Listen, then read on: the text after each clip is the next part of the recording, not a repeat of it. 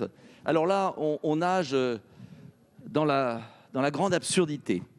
Parce que cette disposition du 2G, si je puis dire, passe vaccinal plus test, est totalement incohérente. D'un côté, vous refusez le test aux non-vaccinés pour pouvoir continuer à vivre normalement, et de l'autre, vous voulez exiger un test en plus d'un schéma vaccinal complet.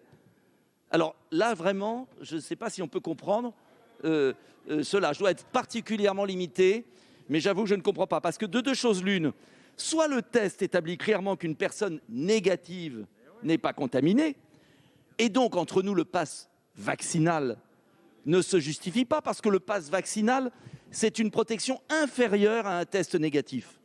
Et dans un train, vous pouvez avoir des gens qui sont vaccinés et qui sont positifs et qui se croient protégés, et vous interdisez de monter dans le train à des non-vaccinés qui ont un test négatif. Donc on est dans la pire des incohérences. Soit alors, et il n'est pas efficace, ce fameux test, et il faut supprimer cette disposition de test 2G. Au-delà de cela, je veux supprimer, je vous propose dans cet amendement de supprimer le fameux alinéa 13, parce que ce qui m'inquiète, c'est de confier à un décret la mise en place du fameux certificat de rétablissement. Quand on a eu le Covid, on a des anticorps, on avait le droit à un certificat de rétablissement. Pourquoi ce n'est pas dans la loi et pourquoi confier à un décret?